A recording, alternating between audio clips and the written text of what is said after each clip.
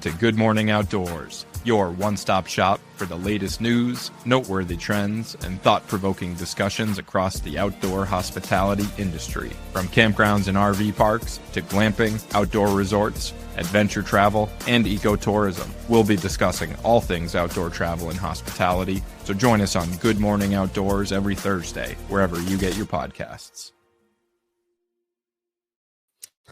Happy Thursday. Happy Thursday. Good morning. Good morning.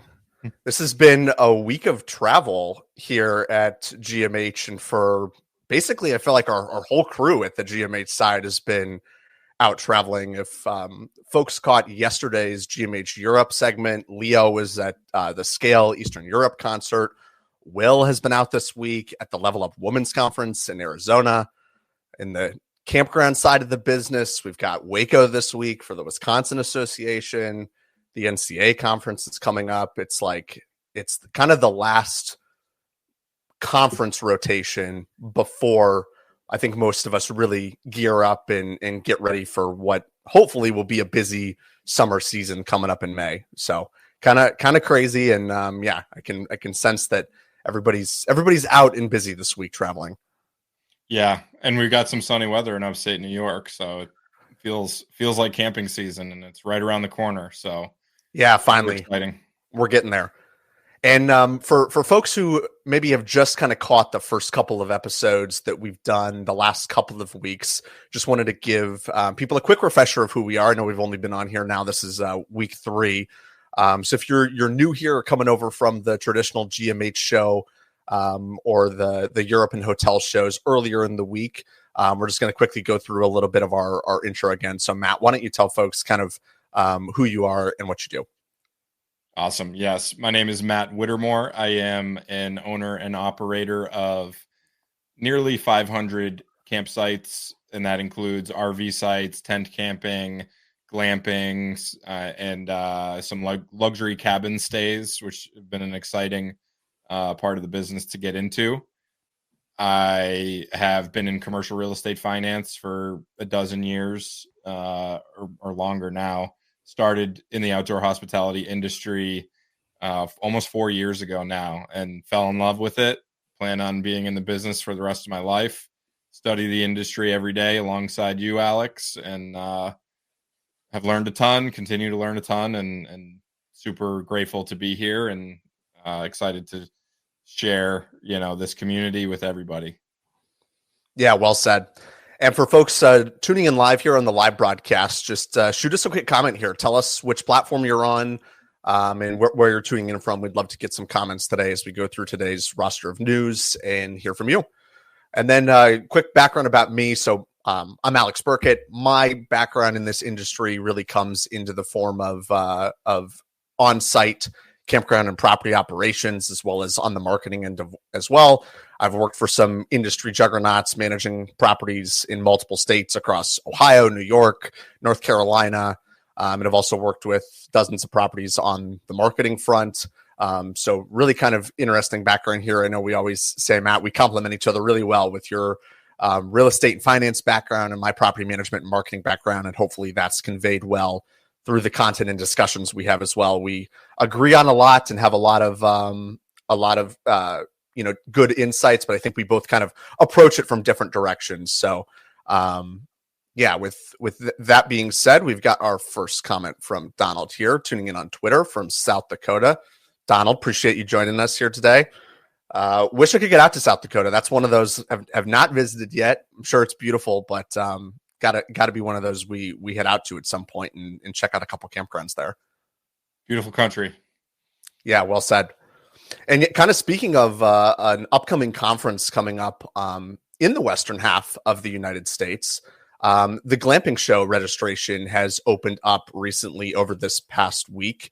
That show takes place in Aurora, Colorado, and it really is kind of the one place where glamping industry professionals can connect. Happens at the end of the month in September 30th through October the 1st. I've had the pleasure of going, I think, the past 2 out of 3 years. I missed last year's, but went to both conferences prior to that. And if you really have any interest in the glamping and lodging side of our business, That is honestly, it's a great show. We have, no direct association with it, but the organizers, David Course, and the new team that are running it there do a fantastic job. So would highly recommend checking that out. That's, glampingshow.us. There's, funny enough, we should talk with Leo and Sarah about they've got the glamping show in the UK is where things kind of got started there, and only recently did it kind of come across the pond in Colorado. So just wanted to kind of mention that as an event happening here coming up. And we've also got, thank you, Erica, for joining us today. Great talking with you last night on the OHI YP call. Appreciate you tuning in from Utah and your great property out there in Salt Lake. So appreciate you tuning in and joining us here on the show today.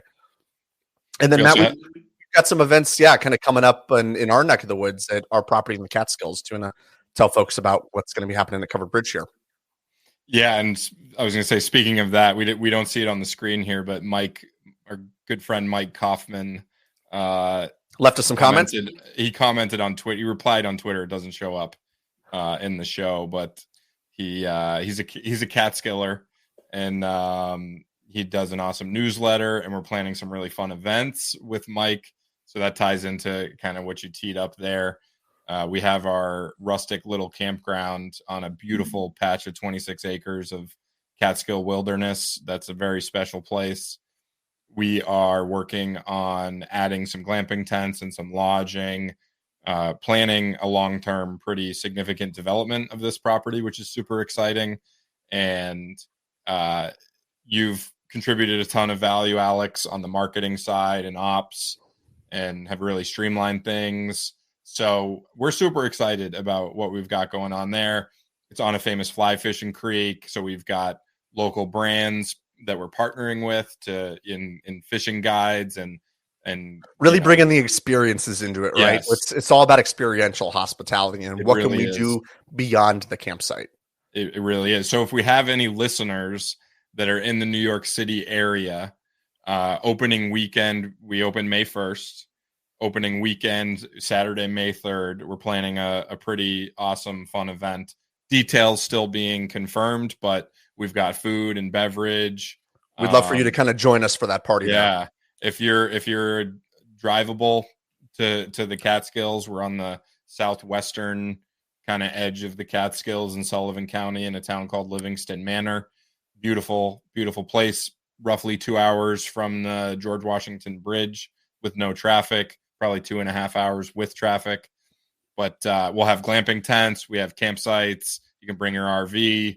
We'll have lots of fun stuff going on. So and I was going to say, it's really a great opportunity if you want us to kind of tour you around the campground, really even just show you what a campground is. If you've got, a little bit of intimidation around that, or you're, just want to check that out, we're happy to do that and kind of show you what it's like to live the day-to-day life of running a campground and what the property's like. And hopefully it'll be a lot of fun with our guests and hope you'll join us. So more info to come on that front, but we've got a landing page. We'll try and put it in the show notes. I'll post it. Actually, I could probably just post it in the comments here. We'll try that. And yeah, absolutely. And while Matt's doing that, we'll sort of dive into our first story here today. Speaking kind of on the investment front, we've got some great industry players we're going to be highlighting with some interesting developments happening in the industry. We'll start with our first story highlighting Northgate Resorts, looking at opening a new luxury campground and really a huge resort and lodging complex near the Grand Ole Opry and in the Nashville market.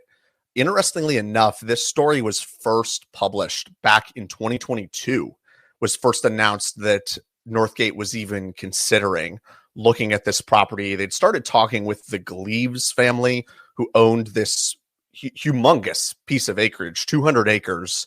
I think it's 15, 20 minutes from the Grand Ole Opry. So enormous tract of land for having that close proximity location to so much great markets. And they'd owned the property for 60 years, and it was really a working farm. And so it was kind of floated and announced that Northgate would be joining and partnering with the Gleaves family to do this development. But just in the past week, we saw really a revitalization of this story, and Northgate put out some press regarding the resort taking shape. They're moving through final site approvals. and really looking to make this thing massive. The first phase is set to include 425 campsites, 105 of that being cabins, individual park model cabins, which is a massive undertaking for anybody who knows, that many cabins and that many, that many cleans needed. And then 320 RV sites just in phase one. Matt, this is, if this project does go through and come to life, this is going to be a humongous undertaking. Do you just want to give some folks maybe some background on Northgate, who they are, a little bit of context, and then how you kind of see them approaching this project? Yeah, this story, it's a fascinating story. It's an incredible project. For a few reasons, I felt it was really relevant to bring up. One, because of who it is, Northgate Resorts. They're pillars of our business.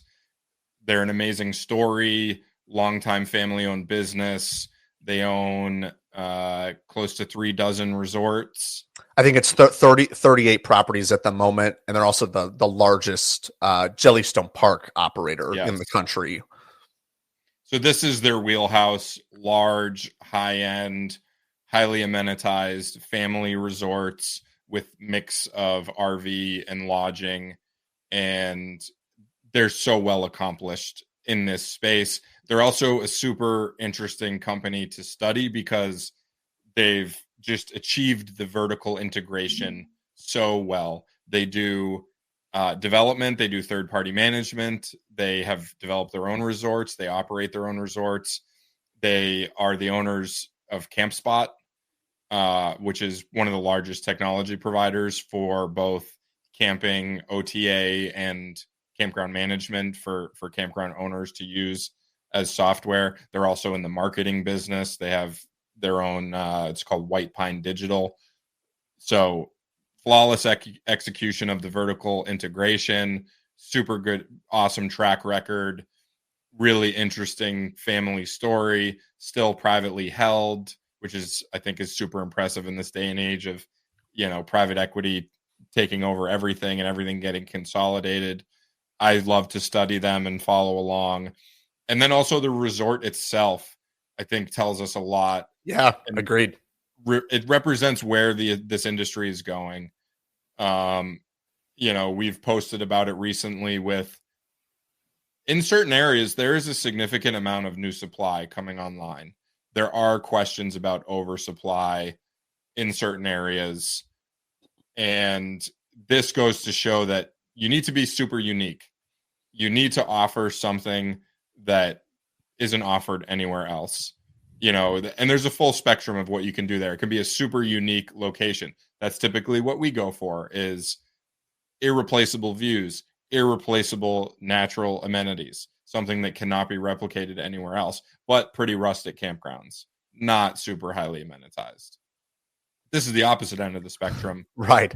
I mean, this is a monster of a project. I think they said there's in future phases, they're also hotel, apartments, indoor amusement park, restaurant. You heard sort of the housing and residential part of that as well. Hotel plus the campground. I mean, this is multi-phased in terms of the type of lodging that's going to be included, and even just in the initial build out, all of the amenities, as you mentioned, Matt, highly amenitized in fantastic location. But I mean, when you think about a size of a traditional campground, I mean, this is 200 acres. I mean, I feel like, it's sometimes hard to even contextualize how big of a development that is in such a great market like this. So, as you said, this is super unique, and the ability for them to kind of be forward thinking and almost create this little compound where you can live and play. We see a lot of those kind of concepts in these great markets come. And I think this is another one of those where it's like, you can stay in the apartment, stay in the hotel, stay in the campground, do all of the things on the property or on this track, eat, go to the amusement park, do the classic campground activities. But it also provides the ability to go out and go to the Opry House and see Nashville and like do all of the things. So super interesting. Exactly.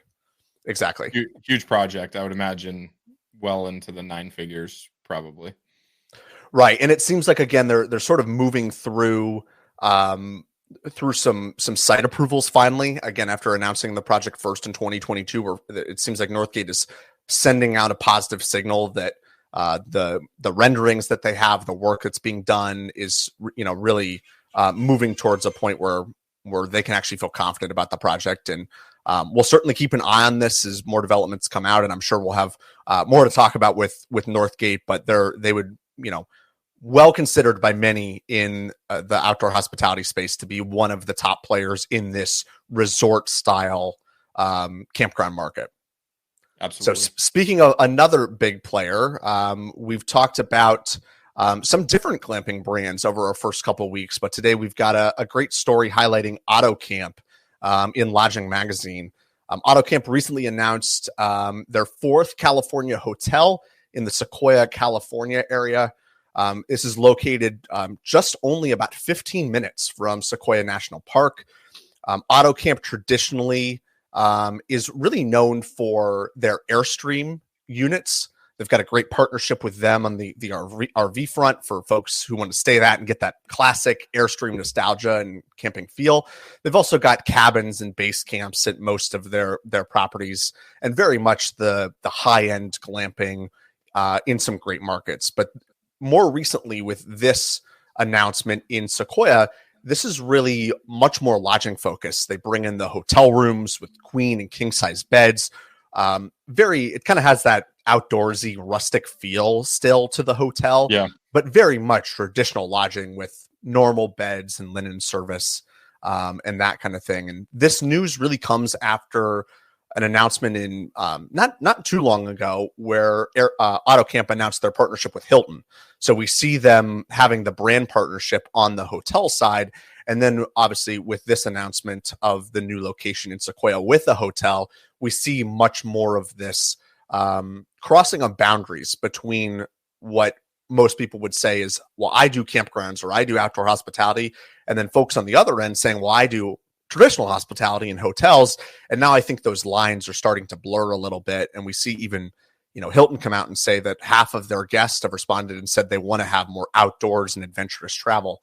And I think the partnership with AutoCamp and great new locations like this really kind of sets us up for the new frontier. Well said. I love this brand. It's so cool. You've stayed there before, right? No, I've visited okay, right, locations, but I have not stayed there. I do have a gift card. I have not. That's it. Waiting. Yes. Stay pending. We'll get back to you after that after the visit happens. So yes, I will be staying there. And it was kind of striking gold with the agreement with Airstream to become an exclusive partner. It's just so iconic. They're so cool looking.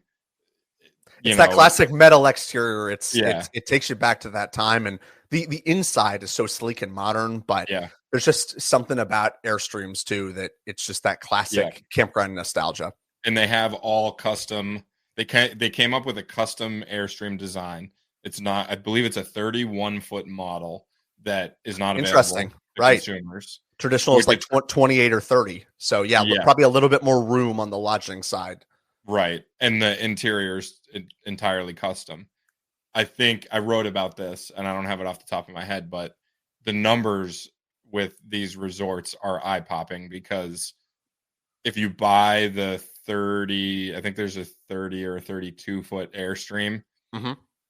It's like that's kind of the classic. I think even the smallest of small Airstreams starts at like $70,000. Right. I mean, but to say that they're well built, it's a great exterior. Obviously, all of that kind of polished metal exterior and really well built, but not exactly your entry RV point for a lot of folks in the industry. No. Typically, Airstream is something that you would aspire to get to at some point in your journey. Starting at a smaller travel trailer or a pop-up and working your way up to one of these higher end brands. This what the Airstream Classic travel trailer, which is, see how many feet it is. It is I think it's 28 to 33 feet. It starts at $179,000. This always blew my mind when I was studying AutoCamp. And they're doing a great job. They secured a major years ago. They were one of the first ones with Whitman Peterson, great company, longtime players in the hospitality space and travel and leisure. I think it was $115 million that they secured to grow their locations, which congratulations to them on the new Sequoia location. The numbers are crazy though. $179,000. We're starting there per unit. And then it's a completely custom interior. A lot more plush and high end. Yeah, I would highly recommend check out the new landing page that AutoCamp has for their Sequoia location. I wish we had some photos to put up on the screen for folks viewing live. They're absolutely gorgeous, from the lobby to the hotel rooms to the inside of these units. Yeah. And then to top it off, being only 15 minutes from Sequoia National Park is amazing. And I think the clubhouses and the lodges that they build they're amazing.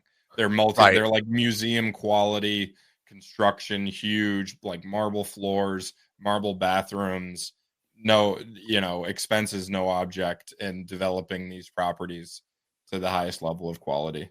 Well, and I was going to add a note on both.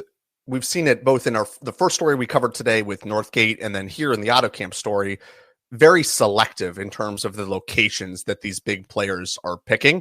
AutoCamp has always been known to, they don't have a ton of locations, but the locations they do have are built out like no other, and they're in these fantastic markets. I mean, Sequoia for so many it's a bucket list destination. It's one of those, we've talked about national parks in our last episode, and folks wanting to go out there and do the adventure travel. They want to go to Sequoia all day and do great adventures and hiking and backpacking and trekking, and then come back to the property or the resort and stay in a great Airstream or in a nice bed and get great linen service. And I think folks in the outdoor hospitality space are kind of finding their footing with that now. And there's more people, I think, in the market who recognize the opportunity there between experiences, but still having a really nice high-end product in great markets, whether that's just location in Nashville with Northgate, or here where it's location to nature with AutoCamp in Sequoia. So I think we're really seeing this mix and blend of lodging, traditional campgrounds, traditional hospitality, and experiences really come together with these two great projects. And I think campers are really responding. And interesting to note too, so that this is they have 9 locations. They have one listed as coming soon in Texas Hill Country. And they've another great market. Yep. They've also launched a separate concept called Field Station, which is they're acquiring hotels and motels and kind of giving them new life along the lines of a Trailborn, who was just acquired by Marriott, or lodge camps, or jet hospitality. That's kind of a whole separate niche of like, it's traditional hospitality. It's a hotel or a motel that's getting acquired and completely revamped and getting that outdoor spin, which we fully consider outdoor hospitality. It's near a national park. You can bring your muddy gear inside and nobody's going to give you a sideways look. That's right. So huge fans of what's happening in the market. AutoCamp, they are certainly pioneers, have built an iconic brand. So kudos to them. Absolutely. And I think, campers are really responding to the concept, and definitely made my list as a bucket list item. Got to go check out that location. Being on the Northeast, we don't get out West enough. At least I don't. So from some of our folks tuning in South Dakota and Utah and Sequoia, it's like I'm getting the itch to head out West. I don't know about you, Matt. Always. And so, sort of speaking of camping and consumer behavior and folks responding, our next story comes courtesy of the Dyrt. And Matt, why don't you just give folks, before we go into a little bit on their 2025 camping report and consumer trends, what is the Dyrt for folks who don't know about it, and how do you see their place in the industry? So the Dyrt, another really cool brand. They have developed a wonderful, not even corner of the market. They're a huge player in the market. There's a few kind of OTAs in the space that have done really well. We mentioned one, Camp Spot. I wrote about Hip Camp recently. Right. The Dyrt has taken a different approach to really focus on user generated data and reviews, kind of becoming the Yelp, if you will, of the camping industry. They've gamified the process to really promote adoption and participation and engagement, and it's taken off like wildfire. They raised a bunch of money from private equity. They've grown. They put out these awesome reports that we'll dive into, and they have such a wide reach that it's a really interesting glimpse into how the camping consumer makes decisions and behaves and what they're experiencing, probably most importantly of all. So I think with that, let's dive into some of the data. Yeah, well said. Sarah Smith and Kevin Long and what they've built there is fascinating and incredible. And they really are the number one platform for campground reviews and responses, just by the numbers in general. So in this report that was compiled, the Dyrt really mentioned collecting information from 3 different groups. They have been highlighting, obviously, their campground community, but they've also been talking with property owners and managers as well to really add that perspective into the report and the data. They, as you mentioned, Matt, have some great reach and have partnered with actually Toyota to release their 2025 campground report. This is a couple of weeks old now, but still we think relevant as we are about to really head into the thick of the summer season here in the hospitality industry. And I think I'll point out a couple of stats that we can talk through that I think give us a good sense of what the consumer behavior is looking like. So I'll read through some stats here, Matt, and then why don't we can chat through them in this report, and would highly recommend. This is a 17-page document filled with some amazing information on regionalities, demographics, what type of units folks are using, what sort of booking velocity and numbers the Dyrt is seeing from their end. So a lot of really great stuff. We could probably cover this in segments for weeks here on the show, but I'm going to pull out some things that I found that were interesting. The Dyrt found that more than half of all campers in their report, 53.4%, preferred camping in an RV or a trailer. And what was kind of interesting and unique to me was that it was only 53%. That means 47% of campers in the Dyrt report wanted to try camping in another facet, whether that's glamping, tents, some other way. And I think it's again interesting to sort of see the split there where, call it a decade ago, if not more, that number might have been up at 70, 80, 90% of folks who went camping did it in an RV or maybe they did it in a tent, but was kind of surprised to see that number only at 53%. Campers spent last year about 12 nights a year on average booking reservations. That was the average number of days that folks camped. And over 50% of folks who camped did it with pets. Another sort of interesting note on the cancellation side, and we've heard a lot of news around Canadian reservations getting canceled for some folks, more of in border states. Only about 58.9% of all campers used their reservations in 2023. That number did raise to 70% last year, but that means basically three out of every 10 reservations that were made at a campground got canceled or got unused. So we have highlighted some great stories and great markets, and sometimes that finding reservations at those places can be tricky and can be difficult. So interesting to see folks having maybe aspirations to go camping and making reservations, but 3 out of every 10 don't actually end up taking that trip like they expected, and those bookings get canceled. So, Matt, why don't you take one or any of those stats that I mentioned and let's talk through it a little bit. Yeah, I had a couple takeaways myself. I mean, we see it as operators that not everybody always shows up. I've always attributed it to the fact that it's not the most expensive way to vacation. So, right. So, like we have it all the time. Oh, I can't make it. Can we switch the reservation? Yeah, happy to accommodate that. But a lot of people just write it off. They don't think it's worth their time to call, or they think we're not going to accommodate. Maybe, I don't know. but we see it all the time. People no show, and that's what I've always kind of thought is, it's a couple $100. Maybe it's not enough for people to really like dig in and make sure they're getting value out of that chunk of money that they're spending. Also, my takeaway from this document, this report, was highlighting kind of the regionality of we've talked about this on prior episodes, and the regionality of different behaviors, the experience of campsite booking, and the challenges of trying to find the campsite you want for the dates that you want. It's still a challenge for people. I think that tends to follow where camping on public land is more popular in the West. They have much better, on average, I'd say much better inventory and supply of public campsites. Public campsites in the West are just nicer.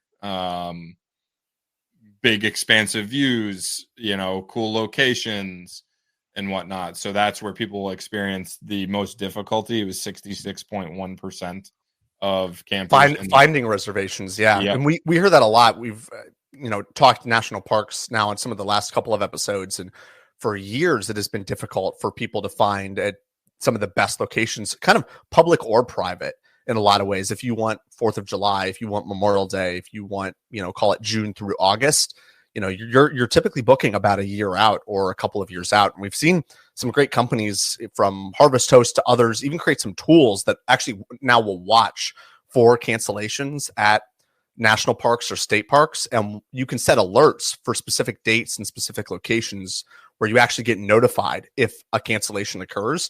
So you can actually go on and make that reservation. So interesting to see how I think there's more of a desire to solve that problem with so many reservations getting unused. And as you said, based on the region, that supply and demand imbalance is real. And a lot of campers feel that. Well said. Totally agree.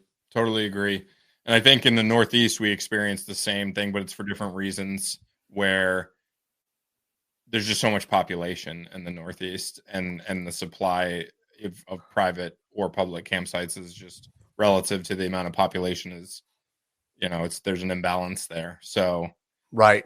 Really interesting. Love digging into these reports. It just gives us another opportunity to learn about our guests and work to provide a better guest experience. Well said. And then, to wrap up today's show, we're going to touch on a little bit of data coming from the RV side of the industry with RV shipments forecasted. The spring edition of the quarterly forecast prepared by ITR Economics for RVIA. That would be the RV Industry Association that represents all of the OEMs, the manufacturers, all of the folks in the RV industry. They are projecting a little bit of a modest increase for 2025. Median number of RVs forecasted to hit the market is right at about 350,000. And I'm going to put on screen here this table from this report that RVIA has that shows some historical data for folks watching this on video. They take it all the way from 1980 up until today in 2024. You can see really the outlier years in the COVID bubble. We saw shipments get up to 600,000, which we were kind of on this upward growth trend from about 1980 all the way up until 2019, 2020. And we've seen a bit of a softening, if you will, back to kind of a normal range. Obviously, as stated, there's going to be a little bit of moderate growth projected for this year compared to last. Towable units are expected to grow about 4.8%, motorhomes about 5.5%. So yeah, really, really interesting to kind of see how that data comes. Matt, do you have any insight on either the historical data or the projection for this year? I love looking at this chart. I think it gives you so much context and insight into how the industry has changed. I think we have some skeptics in the industry or outsiders to the industry that say things along the lines of, "Oh, camping is just a COVID boom industry." I mean, we certainly saw a boom, but if you look at the data from 1980 to 2006. It's a pretty steady. Right. We're basically trend. back, and we're basically back at like 2014, 2015 levels. Like, Yes. as you said, if you look at the basis has been raised so much as to what we're kind of expecting the floor to be in a lot of ways. Right. And so to me, this was the kind of data that made me comfortable as an outsider becoming an owner and operator in this space, was really taking a step back and looking at the last, several decades worth of data at the micro level of the campground itself and the macro level of this campground has been full since 1960. It's seasonal. The same people come back every year.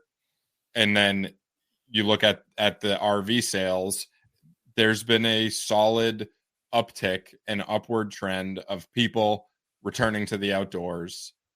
We see what happened in the Great Recession, and from 2006 to 2009, RV sales got cut in half from roughly 350,000 to down to their lowest ever. Yeah, 165,000 in 2009. Right. But then it jumped back up and we got back onto our upward trend. And there was some economic uncertainty in 2018, 2019. Sales dipped, and then obviously we know what happened in 2020. Sales still went up from 2019 to 2020. They exploded in 2021 after everyone sat around from March 2020 in their house, becoming miserable. Everybody said, I want to go outside. I want some fresh air. This camping thing, right or wrong, we got this idea that, being outside is safer. Social distancing is easier when you're camping. And things just exploded in 2021, up to 600,000 RVs sold in 2021. And then, back to some economic uncertainty. First time campers bought the RV and went RVing and decided they didn't like it. We know camping is not for everyone. So sales went back down to that 500,000 level. And then they absolutely plummeted from 2022 to 2023, went from 500,000-ish to around 300,000. And now we're back on another kind of uptick here. And I've had people come and say, ooh, that's a scary business to be in, campgrounds and RV parks. Those RV shipments are plummeting. And I've always just said, I don't think those people have a real understanding of how the business works, because I think we talked about last episode or 2 episodes ago that same industry, RVIA, they estimate that there's 2.1 million campsites across the country. That blows my mind that 600,000 RVs can sell in the US. That's such a huge chunk of the corresponding RV site inventory and supply that, even for you to tell me that 10 or 15% ratio of RV to campsite supply sells every year, that's a hugely encouraging number. That every year, those are a lot of those people are upgrading RVs, but those are some new RV buyers. There's a steady inflow of new RVs and new RVers that need to find a place to camp and put their RV. So I love it. I love looking at this data.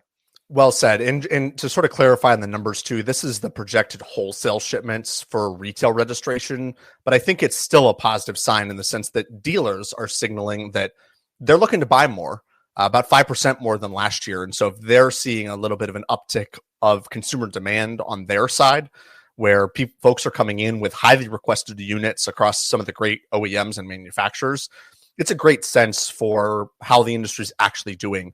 The RV industry relies a lot on its large dealership groups, from Camping World to Blue Compass to Funtown to dozens of others, that really give a sense of what consumer demand is like in great markets across the country. So really great sign of what those wholesale shipments and retail registrations are going to look like. And yeah, will be fascinating to see if how we piece apart these quarterly results and what the end of the year really looks like. So a lot of great information covered today with some great data, some exciting industry players from Northgate and AutoCamp. Really appreciate everybody who tuned in and commented where they were from. I've still got that Western travel bug, man. I'm thinking about South Dakota and Utah now. Donald, Erica, appreciate you guys tuning in and letting us know that's where you're from. As a reminder, this show is live here every Thursday morning. We would love to answer any questions, comments, get information from you on what topics we should cover. I'm going to flash the email here up on screen. If you've got some information about a story or some great industry news you want us to cover, please drop us a line. We'd be happy to cover it and give you our spin on what's happening in the industry and the news. And hope you'll join us again here next week. We will be at some of our properties here this next week, so highly recommend you connect with us on social media if you want to get more of a behind the scenes or down to earth look at what it's like operating some of these assets. And we'll be sharing more in-depth breakdowns of some of the news we cover on the show on social media, and hope you'll join us as we work to build the community. Thanks, guys, and we'll see you next week. Thanks.